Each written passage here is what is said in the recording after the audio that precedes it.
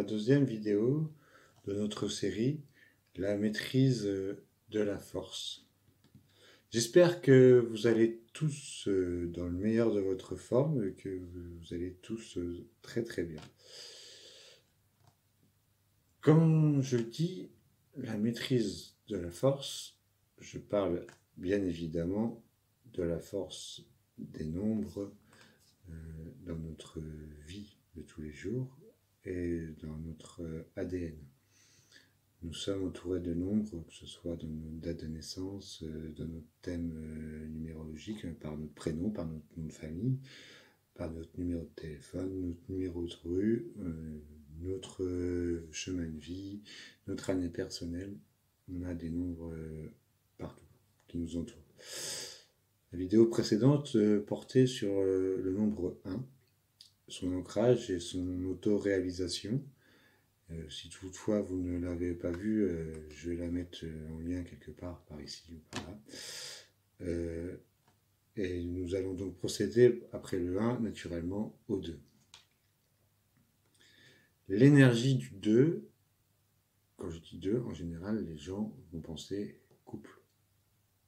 Toi plus moi, une femme plus un homme plus un autre homme, une autre femme plus une autre femme. C'est un couple, ou même deux amis. Enfin, et c'est vrai, et en même temps, ça n'est pas forcément. Ça n'est pas complètement entier, en fait, on va dire.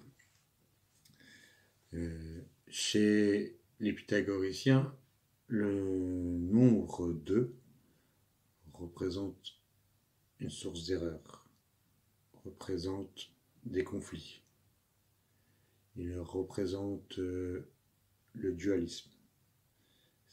Le 2 serait le créateur du mouvement par un équilibre rompu. Ça veut dire que l'équilibre, on recherche toujours un équilibre constant entre le bien, le mal, enfin voilà, le jour, la nuit, par exemple. C'est toujours une rivalité, une opposition. Mais cette opposition, elle peut être complémentaire. C'est-à-dire, par exemple, l'homme et la femme. Il faut absolument un homme et une femme pour créer un enfant. Voilà.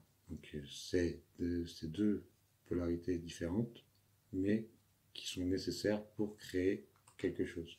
Donc ce qui veut dire, c'est que ce collègue ou cette personne que tu fréquentes tous les jours, que tu n'aimes pas trop, parce qu'il est toujours en conflit avec toi ou en rivalité, en réalité, il est là pour te faire travailler sur une partie de toi que tu te caches volontairement ou involontairement, mais que tu as besoin pour avancer ou pour t'élever.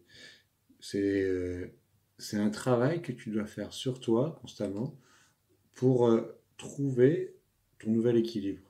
Parce que tu étais dans ton 1, tu étais bien tout seul, tu t'es ancré, mais maintenant il faut avancer. C'est ça. Le 2, c'est l'amour et la guerre en même temps. C'est la dualité dans tous les instants. Et c'est ce que va expérimenter. Tout dans la nature fonctionne par 2. Et l'humain l'illustre très bien. Nous avons tous 2 mains, 2 jambes, 2 oreilles, 2 yeux, 2 poumons, 2 reins. Enfin, si vous êtes normalement constitué de base, l'humain est comme ça. Après, ça arrive, bien sûr.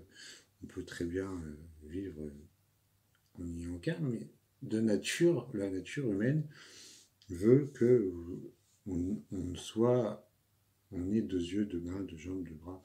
Et c'est comme ça que nous fonctionnons le mieux et que nous sommes le plus complets.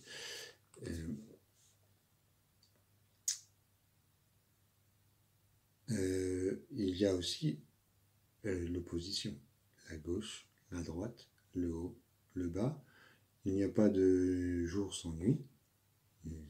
on ne peut pas le trouver, le plus sans le moins. Euh, on peut dire le chaud et le froid en même temps. C'est des oppositions contraires qui se complètent. L'un a besoin de l'autre pour fonctionner.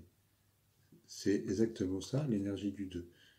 Sans homme et sans femme, il n'y a pas d'enfant.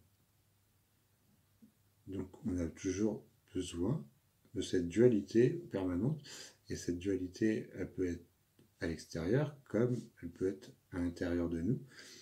On a tous une polarité à l'intérieur de féminin-masculin, ce que les Chinois appellent le yin et le yang, la polarité passif et la polarité actif, qui crée l'harmonie des deux. Donc nous avons besoin des deux pour avancer. On a tous une mère et un père, et c'est en nous.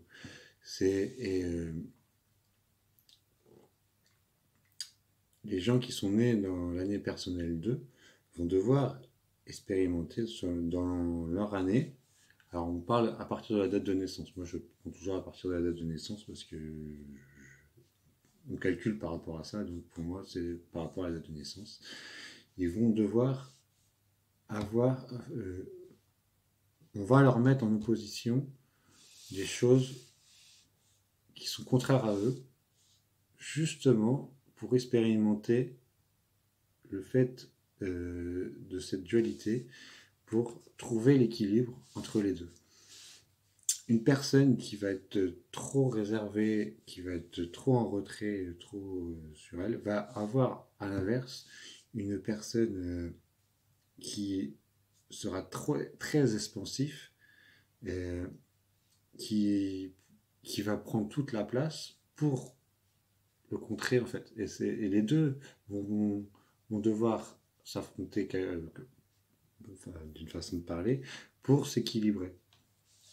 Beaucoup de couples se disputent et se quittent parce qu'ils se disputent trop. Alors que il faudrait juste comprendre qu'en réalité, ils expérimentent l'énergie du deux, de la dualité dans l'amour en fait. C'est pas parce que tu te disputes qu'il n'y a plus d'amour. C'est justement, tu te disputes, c'est parce qu'il y a beaucoup d'amour, il y a trop d'amour. Tu dois trouver ton équilibre avec l'autre.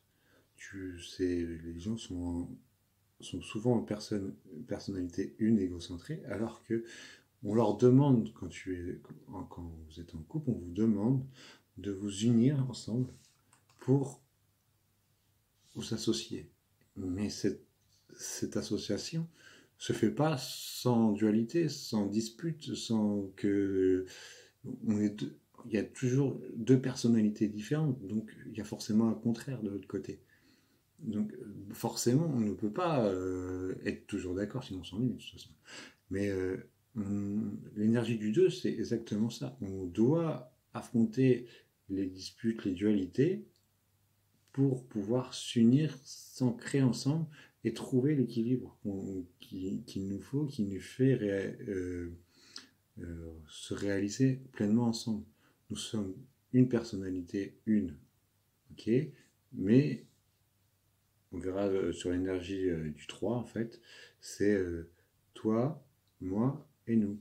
Et la particularité du nous, c'est l'énergie du 2. Les personnes qui sont en chemin de vie 2 sont en général des personnes très très douces et beaucoup à l'écoute de l'autre, presque soumises d'ailleurs.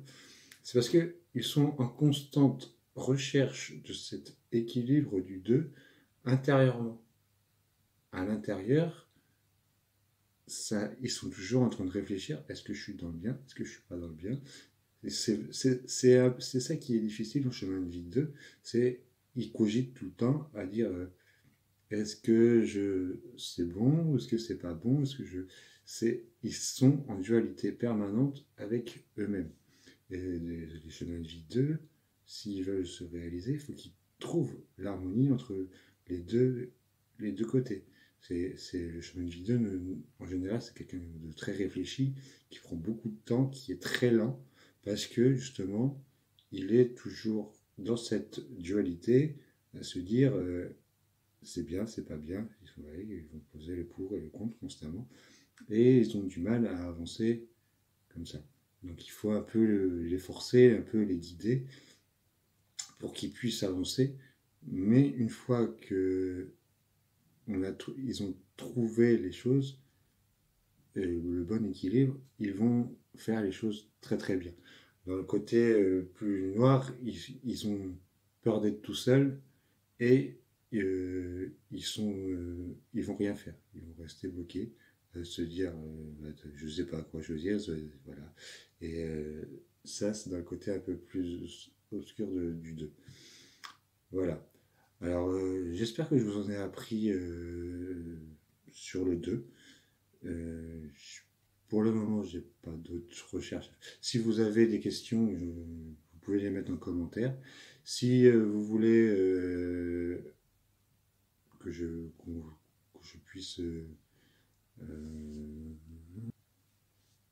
si vous avez besoin d'une consultation avec moi, vous pouvez me consulter sur mon adresse mail qui est en bas dans ma bio. Euh, Merci de partager, de liker et de vous abonner. Ça me pourrait m'aider énormément. Je vous remercie beaucoup, beaucoup. J'espère que cette vidéo vous a plu. À très vite sur la chaîne Numlog, la chaîne de la numérologie. Ciao!